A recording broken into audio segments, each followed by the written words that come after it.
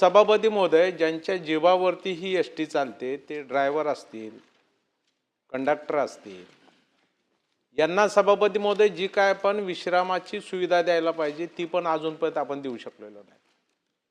सभापती महोदय, माझ्या मतदारसंघातलं छत्रपती संभाजीनगर हे मराठवाड्याचं प्रवेशद्वार आहे। आज तिथं शेजारी विदर्भ आहे, पश्चिम महाराष्ट्र आहे, उत्तर महाराष्ट्र आहे, इथून सुद्धा लोक मोठ्या प्रमाणात सभापती महोदय आरोग्याच्या कामासाठी येतात आणि हे सगळे एसटीने गोरगरीब येतात। सभापती महोदय, प्रश्नावरती येतोय, धाकता मुख्यमंत्री पण आहे तिथं, म्हणून मी आपल्याला सांगतोय सभापती महोदय प्रश्नावर या ना मग, की तिथलं ते बस स्थानक बांधावं यासाठी आता मी 4दा निवेदन केले मंत्री महोदय, पण अजूनही त्या कामाला सुरुवात झालेली नाही।